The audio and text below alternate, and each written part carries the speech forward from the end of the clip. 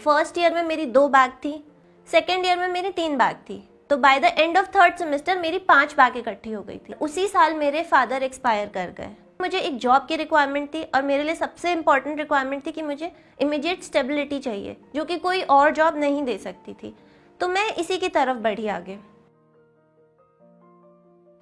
But college में BTech में admission हुआ। अब बीटेक में जब कॉलेज लाइफ एक बार शुरू होती है तो सब लोग थोड़ा भटक जाते ही हैं।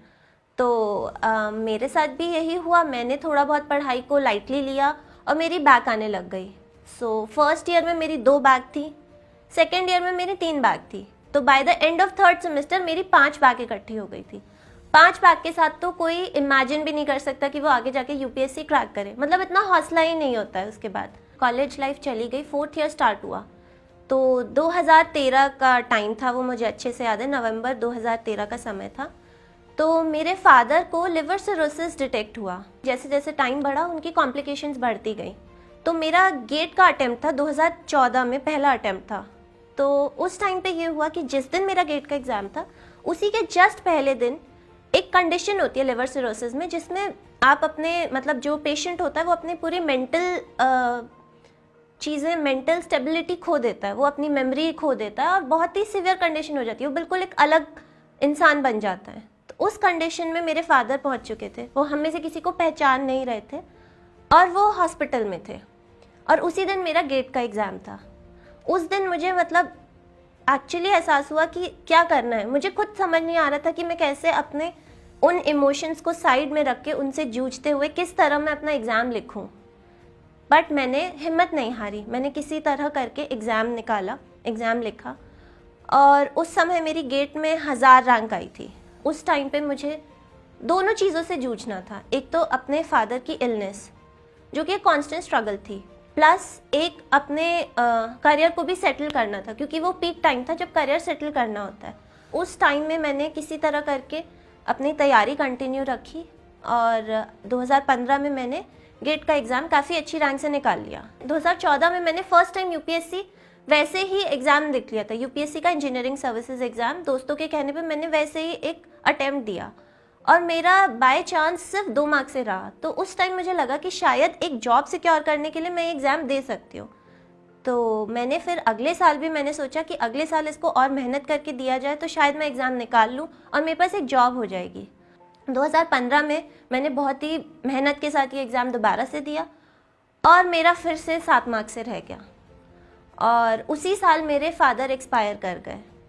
तो ये वाला पीरियड मेरे लिए एक्चुअली बिल्कुल मैं टूट चुकी थी उस टाइम पर। मुझे समझ नहीं आ रहा था और मुझे ये लगा कि शायद मेरे डेस्टिनी में ही नहीं है कि मुझे ईएस बनना भी है।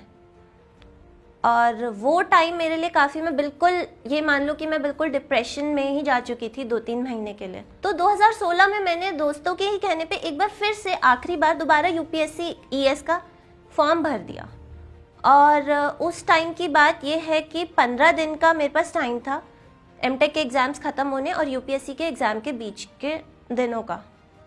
उस टाइम पे मैंने डिसाइड किया कि 15 दिन का ही टाइम है मेरे पास। जितना भी टाइम है मैं उसमें अपने पूरी एनर्जी डाल देती हूँ, पूरी जान झोंक देती हूँ। उसके बाद देखती हूँ अगर नहीं हुआ तो फिर वैसे ही ठीक है, तो मान लेंगे कि किस्मत में नहीं था। सिलेबस 15 दिन के लायक का नहीं होता। इस थॉट को मैंने बिल्कुल निकाला और मैंने सिर्फ इस चीज़ पे फोकस किया कि मैं किस तरह 15 दिन में अपना मैक्सिमम दे पाऊँ। तो मैंने सिर्फ हर दिन 2-2 घंटे की नींद निकाली और मैंने बस अपने आप को झोंक दिया उस तैयारी में। और 15 दिन के बाद जब 3 दिन का एग्ज़ाम होता है, उन दिनों भी मुझे पता नहीं मैं किस हालत में जाके एग्ज़ाम दे के आई हूँ, क्योंकि इतने दिनों की नींद और कुछ भी नहीं पता मुझे। बस मैंने एग्ज़ाम दे दिया किसी भी तरह करके। मेरे दिमाग में बस ये चीज़ थी कि गिव अप नहीं करना है। ये चीज़ मैंने अपनी सीख ली थी, अपने जहन में बिल्कुल बिठा ली थी कि गिव अप नहीं करना है। और उस 15 दिन के स्ट्रगल और कठिन मेहनत के बाद वो दिन भी आया जब फाइनली मैंने ये एग्ज़ाम क्रैक कर लिया।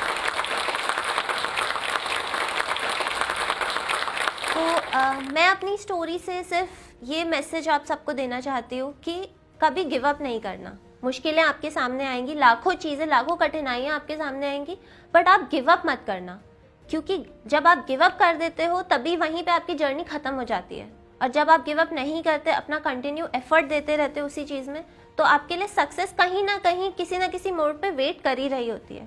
मेरे पास कितनी भी कठिनाइयाँ आई, कितनी मुश्किलें आई, मैंने कभी गिव अप नहीं किया।